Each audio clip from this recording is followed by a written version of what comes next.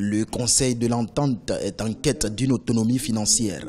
L'institution démarrera d'ici fin 2019 la construction d'une tour évaluée à plus de 40 milliards de francs CFA à Abidjan. Ce vaste projet immobilier rapportera 600 millions de francs CFA par mois pour le financement de divers programmes. Les États soutiennent le Conseil d'Entente, mais l'idée c'est que progressivement l'institution devienne autonome financièrement pour ne pas peser sur les États. Et donc avec un immeuble d'une certaine prestance, d'une certaine hauteur, il y a une partie qui peut être louée, mise en location. Et ça, c'est important pour les finances de l'institution. Le Conseil de l'Entente est l'une des plus anciennes organisations sous-régionales en Afrique. Créé en 1959, il regroupe le Bénin, le Burkina Faso, le Niger, le Togo et la Côte d'Ivoire. Chaque année, cette institution réalise au moins 5 projets socio-communautaires dans les différents pays. Il s'agit par exemple des forages.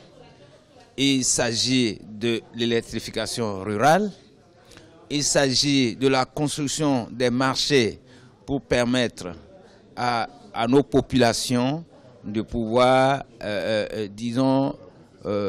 écouler leur production, notamment les produits maraîchers pour ce qui concerne par exemple le Bénin. En rappel, les études de faisabilité pour la construction de l'immeuble de 20 étages, dont 17 étages de bureaux et 3 plateaux de parking aérien ont déjà été faites.